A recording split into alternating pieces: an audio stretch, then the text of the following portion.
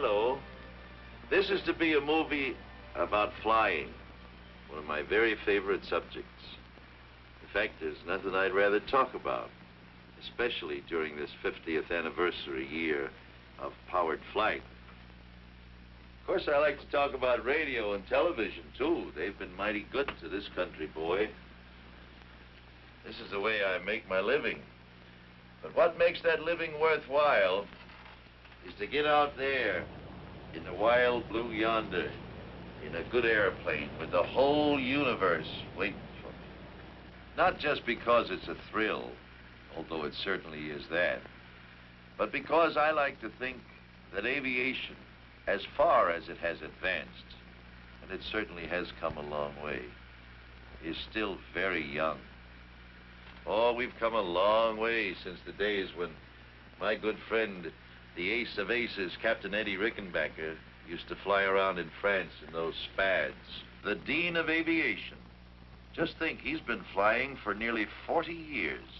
Why, it's only 50 years since the Wright brothers. You know, they call me one of the old-timers in aviation, but I didn't begin to fly in earnest until 1929. Gosh, that's almost 25 years ago now, isn't it? But you know, I've done more flying in the last 3 years than I did in the first 22. Here, let me show you. I have been commissioned in the Naval Reserve since 1939, but because of an old injury to my legs, the Bureau of Medicine and Surgery wouldn't clear me for military airplane flying until 1950. So it was in 1950, in September, that I got my Navy wings at Pensacola, the happiest day of my life. Since that time, I have qualified as a carrier pilot, as a jet pilot, as a helicopter pilot, and here is the coveted Navy green ticket, the highest instrument rating given to Navy pilots.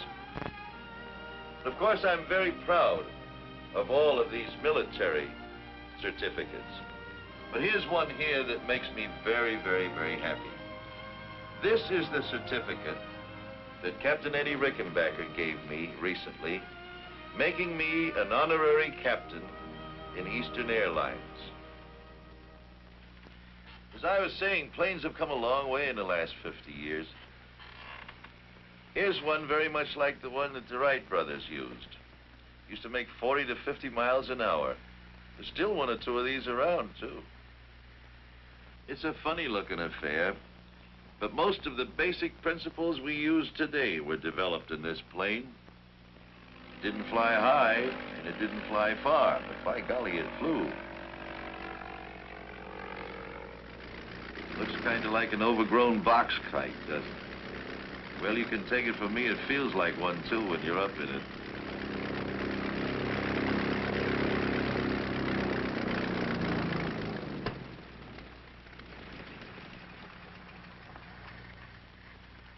You've heard the expression, flying by the seat of your pants?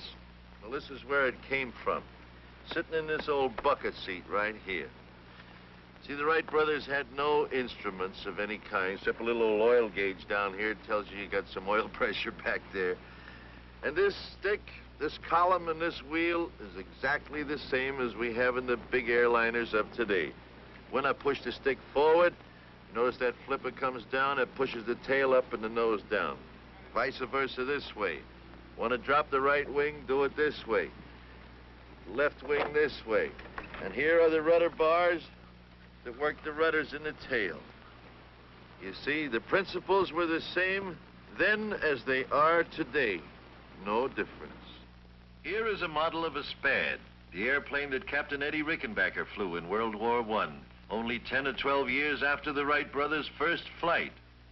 It's a shame that it had to be used as a weapon of destruction so soon, but the war brought that on. This is Captain Rickenbacker in the plane he made famous in World War I.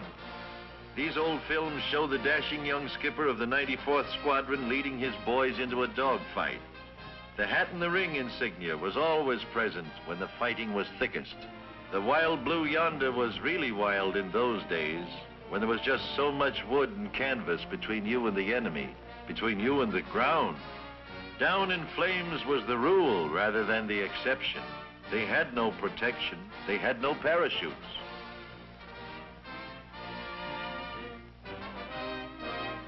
Yes, they paid a high price, but it was through Captain Rickenbacker's exploits in World War I that the terrific fighting power in the airplanes was made known to man. This little Spad carried a very powerful engine for those days and often flew up to 135 miles an hour straight down. There aren't many of them left, but here comes one of those old-timers now. And look who's flying it. It's Captain Eddie, the one and only, Captain Rickenbacker. Hey, wait a minute. I want to get in this scene myself. Oh, Captain Eddie. How's it feel to be at the controls of this old baby again? Well, frankly, it brings back a lot of memories, Arthur. Some good, some not so good, but maybe we had to do it regardless. You know, many a morning I used to sit around up there at 20,000 feet with the sun at my back waiting for the enemy Fokkers to come around. 20,000 feet in that open cockpit? Right. Nowadays, we got heated and pressurized cabins. Didn't you get cold? Oh, how? It sure was. In fact, we had to come down to thaw out. You know, it gets so cold up there. Yes, Arthur, it's a wonderful little ship, in spite of the fact that it's made up of wood and wires and struts and slack and tape, and pulled together with all of these wonderful combination of gadgets. The fact of the matter is, the only metal in it, the engine and the machine guns, yes, quite a change. And in 30 years, too. True, and on the other hand, when you take a look at the beautiful super constellation, all metal. One end to the other, aluminum, steel, brass, copper, in fact, every kind of metal known to science is involved in its structure. Just take a look at that super constellation, folks. 114 feet long, with a wingspan of 123 feet. 4 of the latest compounded engines of 3,250 horsepower each. Do you realize how much power that is? Why, each engine has more power than a locomotive. This plane can fly up to around 400 miles an hour. And we are going to take a ride in it. Let's hear what Captain Eddie is saying. Arthur, one of those wheels weighs almost as much as a Spad. By the way, here comes your crew. Oh, hello, Dick. Hi, Dickie boy. Hiya, Captain. How are you? Hello, you. Hello, Captain. Nice to see you. Hello, Captain. Arthur, we're due out of here 2 o'clock. Just 1 hour from now. I'm ready. Well, as long as you fellas are going to do the flying, I might as well go on. Have a good trip. So long, Okay. guys. Thank you, So Captain. long. What a guy. Well, now we're going to take you on a regularly scheduled flight from New York to Miami. Only this time, you're coming up in the cockpit with us, and we're going to show you what goes on behind the scenes. Well, Hugh, how are we fixed? Okay, sir. I'll see you on board. Good. Now, folks, I want you to meet my co-captain for today's trip. This is Captain Dick Merrill. Over 25 years with Eastern Airlines. One of the grandest guys and one of the best pilots who ever lived. I'm sure you know of his exploits as well as I do. To name one, he was the first pilot to fly a commercial flight across the Atlantic and return. What do you say, Captain? I say, Captain, let's check in at crew scheduling and then go look at the weather. Aye, sir, we'll do it.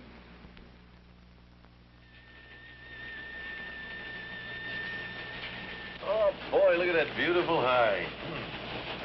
Yeah, but look at this front back here. See, how fast is that front moving? About 25 miles per hour to the east, Captain. Here's the latest map.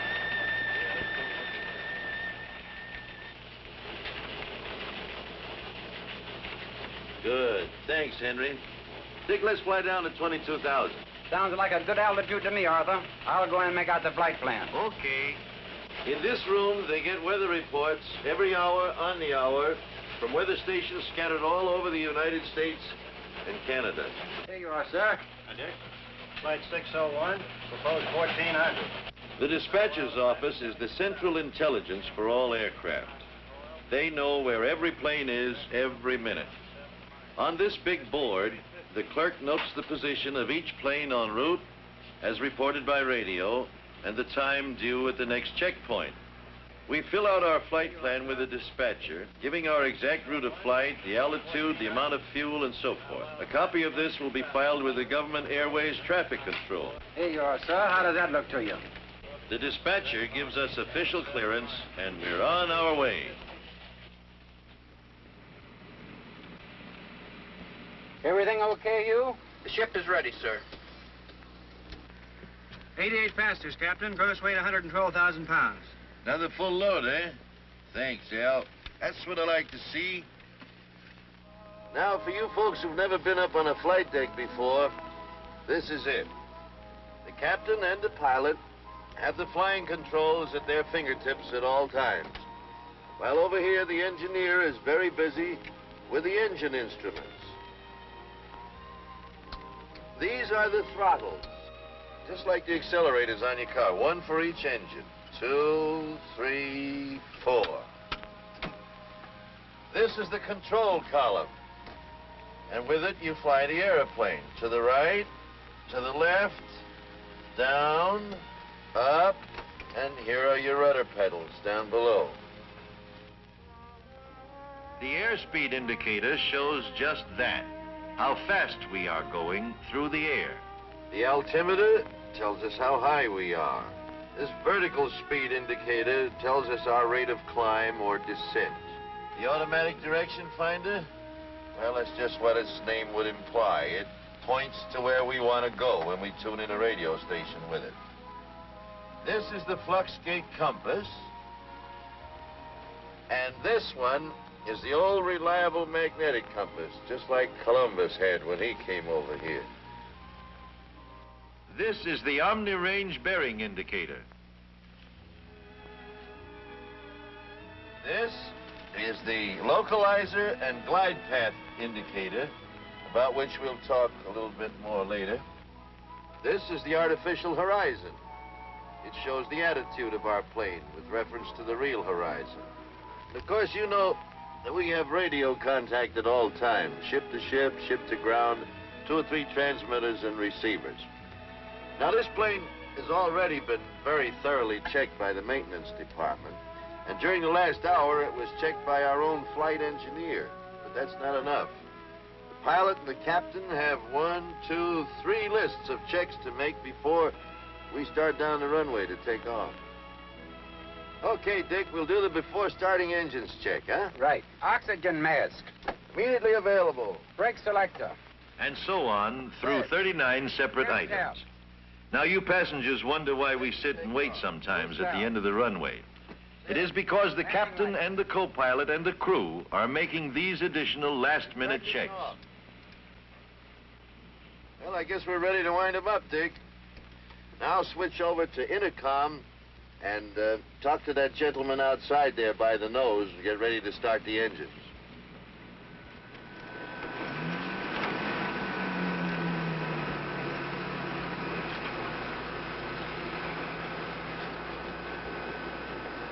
Ground to cockpit. Clear to start. Ready to start. Start 3. Turning 3.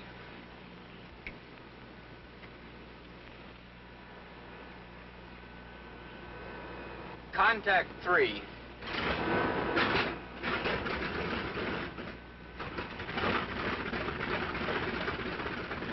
Clear to start 4. Start 4. Turning 4. As soon as the second engine starts, the ground crew checks with the cockpit. Hydraulic pressure up.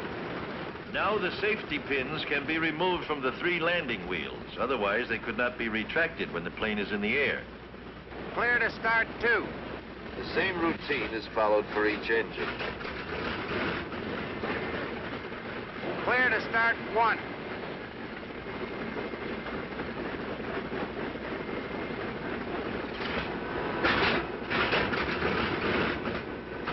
When the engines are all turning, the cockpit team goes through another checklist routine.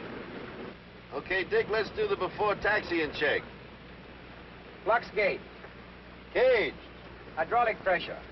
Okay. Gear pins.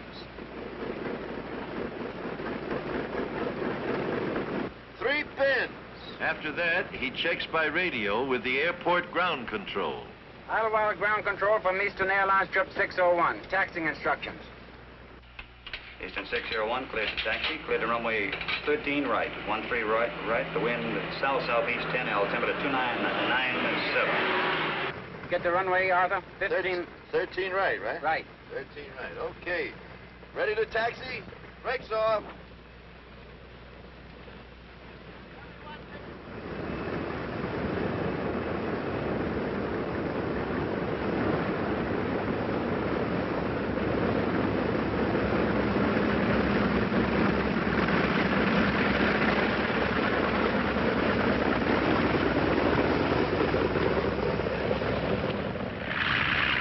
Ground control having given us permission, we taxi over to the warm-up block. You notice they told us which runway to use and the wind direction.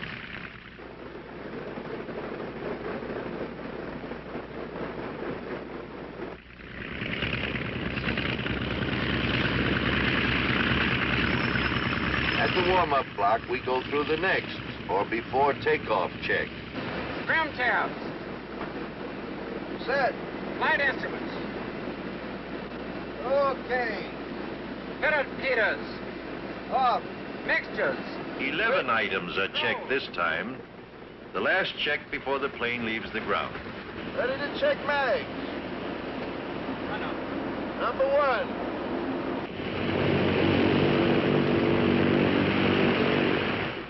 Left. Move. Right. Move. Number 4. And so on until all 4 engines have been run up and checked. We are now ready for takeoff clearance.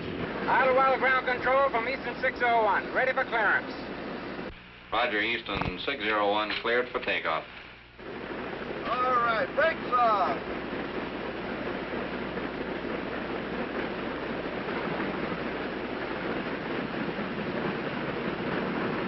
We're clear for takeoff.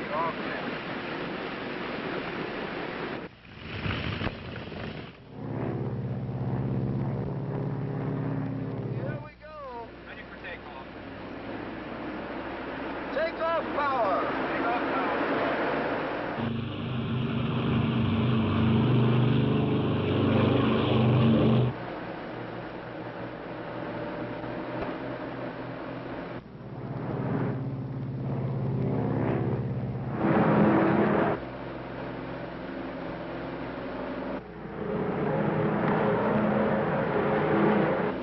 Gear up. Gear's coming up.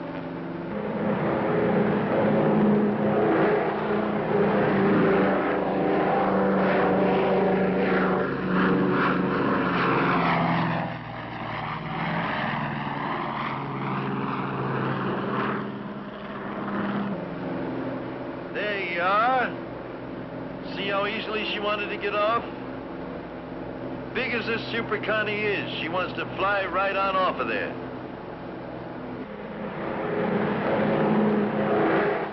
Veto power. Veto power. It's maximum except for takeoff.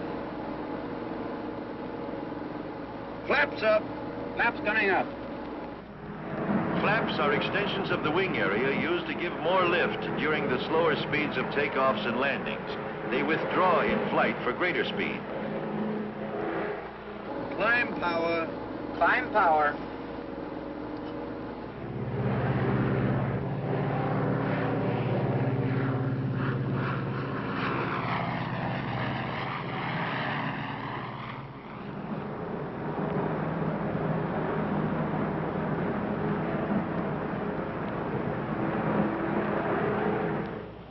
Did you care for magazines, sir? Costume mechanic? Okay, we finish our climb check. Now it's time for a Chesterfield. Dick. I don't smoke, Arthur. Hugh. Okay, thanks. You get down on the deck, you buy 'em by the carton, see? Indubitably. What? Yes, sir. I thought you wouldn't wrap your tongue around that one twice. Building up his pod.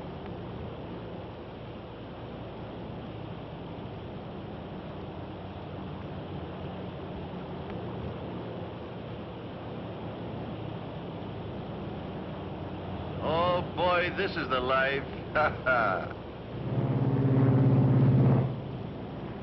Hey, there goes that northbound Silver Falcon.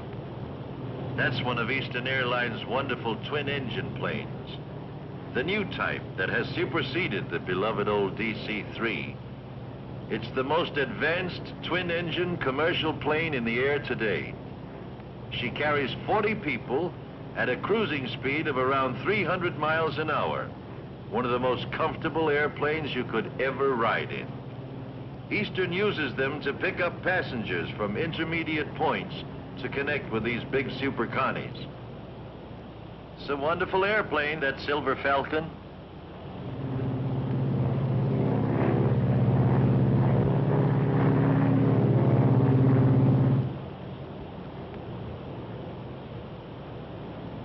Smells like the girls are getting ready to serve dinner back there.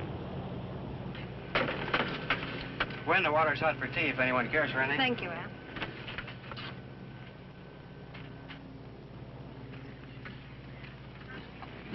Would you like some dinner, sir? How about you, Hal? Oh, this looks luscious.